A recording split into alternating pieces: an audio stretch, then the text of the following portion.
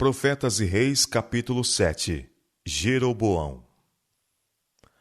Elevado ao trono pelas 10 tribos de Israel que se haviam rebelado contra a casa de Davi, Jeroboão, outrora servo de Salomão, estava em posição de proceder a sábias reformas, tanto nos negócios civis como nos religiosos. Sob o governo de Salomão, havia ele mostrado aptidão e sadio discernimento, e o conhecimento que havia adquirido durante anos de fiel serviço capacitava-o a governar com prudência. Mas Jeroboão deixou de pôr em Deus sua confiança. O maior temor de Jeroboão era que em qualquer tempo no futuro o coração de seus súditos se deixasse cativar pelo ocupante do trono de Davi. Raciocinou ele que, se às 10 tribos fosse permitido visitar com frequência a antiga sede da monarquia judaica, onde os serviços do templo eram ainda dirigidos como nos anos do reinado de Salomão, muitos poderiam sentir-se inclinados a renovar sua submissão ao governo centralizado em Jerusalém. Trocando ideia com seus conselheiros, Jeroboão determinou, num ousado golpe, obstar, tanto quanto possível, a probabilidade de uma revolta contra seu governo. Isso pretendia ele levar a termo, criando dentro dos limites de seu recém-formado reino 2 centros de adoração, um em Betel e outro em Dan. Nesses lugares deviam as 10 tribos ser convidadas a se reunir, em vez de em Jerusalém, para adorar a Deus. Planejando esta transferência, intentava Jeroboão apelar à imaginação dos israelitas, colocando perante eles alguma representação visível para simbolizar a presença do Deus invisível. Consequentemente, mandou fazer 2 bezerros de ouro, e estes foram postos dentro de nichos nos centros indicados para adoração. Nesta tentativa para representar a divindade, Jeroboão violou o claro mandamento de Deus: não farás para ti imagem de escultura, não te encurvarás a elas, nem as servirás. Êxodo capítulo 20, versos 4 e 5. Tão forte era o desejo de Jeroboão de conservar as 10 tribos afastadas de Jerusalém, que perdeu de vista a fraqueza fundamental de seu plano. Ele deixou de tomar em consideração o grande perigo a que estava expondo os israelitas, pelo colocar perante eles o símbolo idolátrico da divindade, com os quais seus ancestrais haviam estado tão familiarizados durante os séculos de seu cativeiro no Egito. A estada recente de Jeroboão no Egito devia tê-lo ensinado a loucura de colocar perante o povo tais representações pagãs. Mas seu decidido propósito de induzir as tribos do norte a não continuar sua visita anual à Cidade Santa levou-o a adotar a mais imprudente das medidas. Muito trabalho vos será ao subir a Jerusalém, insistiu ele. Vês aqui teus deuses, ó Israel, que te fizeram subir da terra do Egito. 1 Reis, capítulo 12, verso 28. Assim foram eles convidados a se prostrarem perante imagens de ouro e a adorar estranhas formas de culto. O rei procurara persuadir os levitas, alguns dos que estavam vivendo em seus domínios, a servirem como sacerdotes nos altares recém-erguidos em Betel e Dan. Mas nesta tentativa ele foi ao encontro do fracasso. Foi então compelido a elevar ao sacerdócio homens dos mais baixos do povo. 1 Reis, capítulo 12, verso 31. Alarmados com as perspectivas, muitos dos fiéis, incluindo-se um grande número de levitas, fugiram para Jerusalém, onde podiam adorar em harmonia com os divinos reclamos. E fez Jeroboão uma festa no 8º mês, no dia 15º do mês, como a festa que se fazia em Judá, e sacrificava no altar. Semelhantemente fez em Betel, sacrificando aos bezerros que fizera. Também em Betel estabeleceu sacerdotes dos altos que fizera. 1 Reis, capítulo 12, verso 32. O ousado desafio do rei a Deus, ao pôr de lado instituições divinamente indicadas, não foi permitido passar sem repreensão. No momento mesmo em que ele estava oficiando e queimando incenso durante a dedicação do altar estranho que havia levantado em Betel, apareceu ali perante ele um homem de Deus do reino de Judá. enviado para denunciá-lo pela presunção em introduzir novas formas de culto. O profeta declarou contra o altar. Disse: Altar assim diz o Senhor: Eis que um filho nascerá à casa de Davi, cujo nome será Josias, o qual sacrificará sobre ti os sacerdotes dos altos que queimam sobre ti incenso, e ossos de homens se queimarão sobre ti. E dê naquele mesmo dia um sinal, dizendo: Este é o sinal de que o Senhor falou.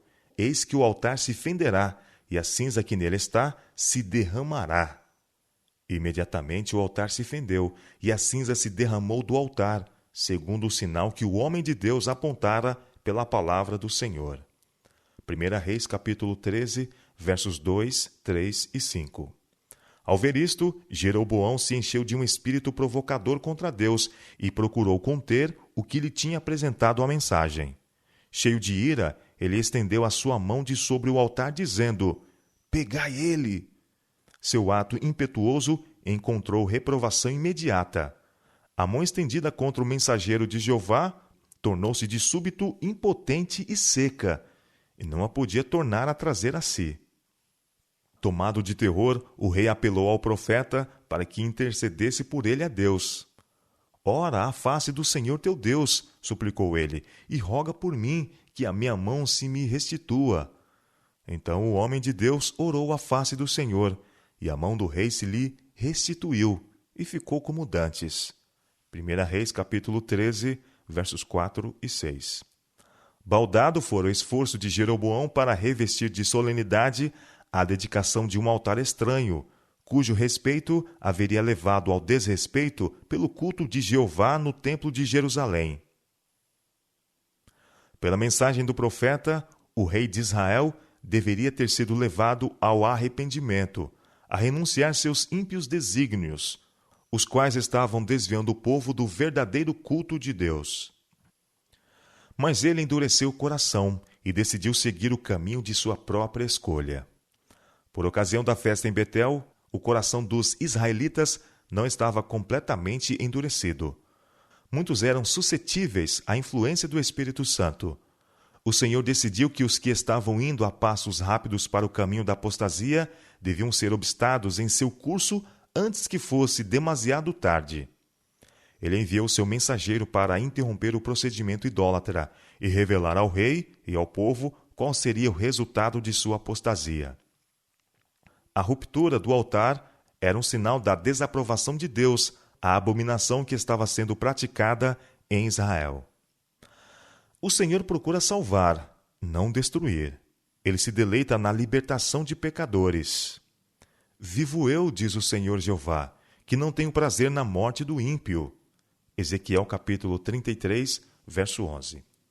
Por meio de advertências e rogos, ele convida o obstinado a cessar de praticar o mal e a voltar-se para ele e viver. Dá a seus escolhidos mensageiros santa ousadia, para que os que ouvirem temam e sejam levados ao arrependimento. Quão firmemente o homem de Deus repreendeu o rei. E esta firmeza era essencial. De nenhuma outra maneira podiam os males existentes ter sido reprovados.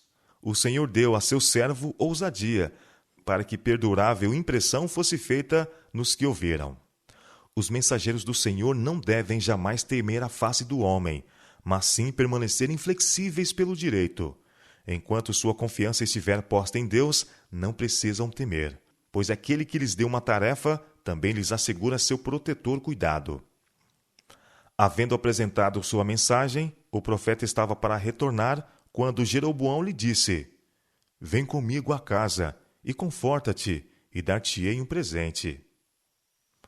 Ainda que me desses metade da tua casa, replicou o profeta, não iria contigo, nem comeria pão, nem beberia água neste lugar, porque assim me ordenou o Senhor pela sua palavra, dizendo: Não comerás pão, nem beberás água, e nem voltarás pelo caminho por onde foste. 1 Reis, capítulo 13, versos 7 a 9.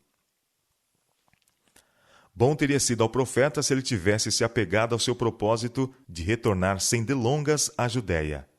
Enquanto viajava por outra rota, foi surpreendido por um ancião que declarava ser profeta, e que se representou falsamente ante o homem de Deus, declarando: Também eu sou profeta como tu, e um anjo me falou pela palavra do Senhor, dizendo: Faze voltar contigo a tua casa, para que coma pão e beba água. Insistentemente a mentira foi repetida, o convite inculcado, até que o homem de Deus foi persuadido a voltar. Visto que o profeta verdadeiro concordou em tomar um curso contrário à linha do dever, Deus permitiu-lhe sofrer a penalidade da sua transgressão. Enquanto ele e o que o convidara a retornar a Betel estavam à mesa, a inspiração do Todo-Poderoso veio ao falso profeta, e ele clamou ao homem de Deus que viera de Judá, dizendo: Assim diz o Senhor: Porquanto foste rebelde à boca do Senhor e não guardaste o mandamento que o Senhor teu Deus te mandara, teu cadáver não entrará no sepulcro de teus pais. 1 Reis, capítulo 13, versos 18 a 22. Esta profecia de juízo foi logo literalmente cumprida. E sucedeu que, depois que comeu pão e depois que bebeu, abardou ele o jumento. Foi-se, pois, e um leão o encontrou no caminho, e o matou, e o jumento, e o seu cadáver estava lançado no caminho, e o jumento estava parado junto a ele. E o leão estava junto ao cadáver, e eis que os homens passaram, e viram o corpo lançado no caminho, e vieram, e o disseram na cidade onde o profeta velho habitava. E ouvindo o profeta que o fizera voltar do caminho, disse: É o homem de Deus, que foi rebelde à boca do Senhor. 1 Reis, capítulo 13, versos 23 a 26. A penalidade que alcançou o infiel mensageiro foi ainda uma posterior evidência à verdade da profecia proferida sobre o altar. Se após desobedecer a palavra do Senhor, ao profeta fosse permitido ir a salvo, o rei teria usado este fato numa tentativa de vindicar sua própria desobediência.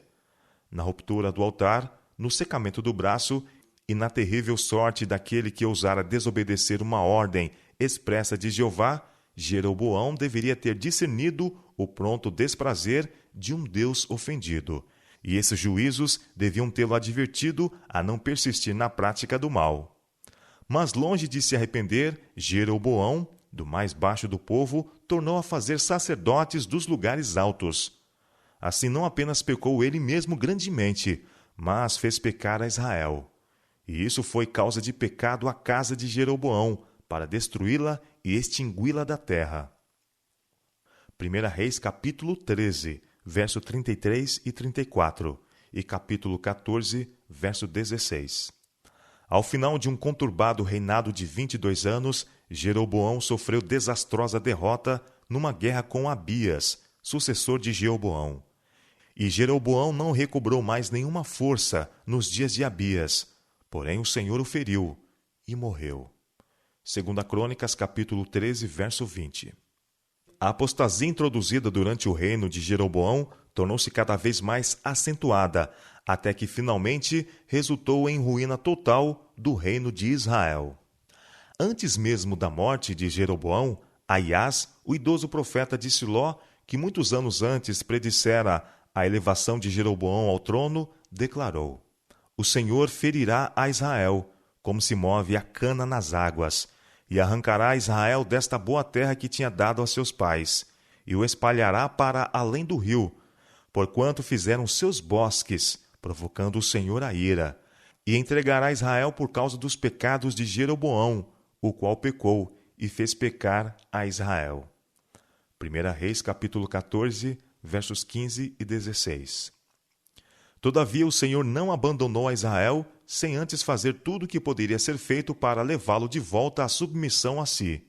Através dos longos, escuros anos, quando rei após rei se puseram em ousado desafio ao céu e levaram Israel à idolatria cada vez mais profunda, Deus enviou mensagem após mensagem a seu transviado povo.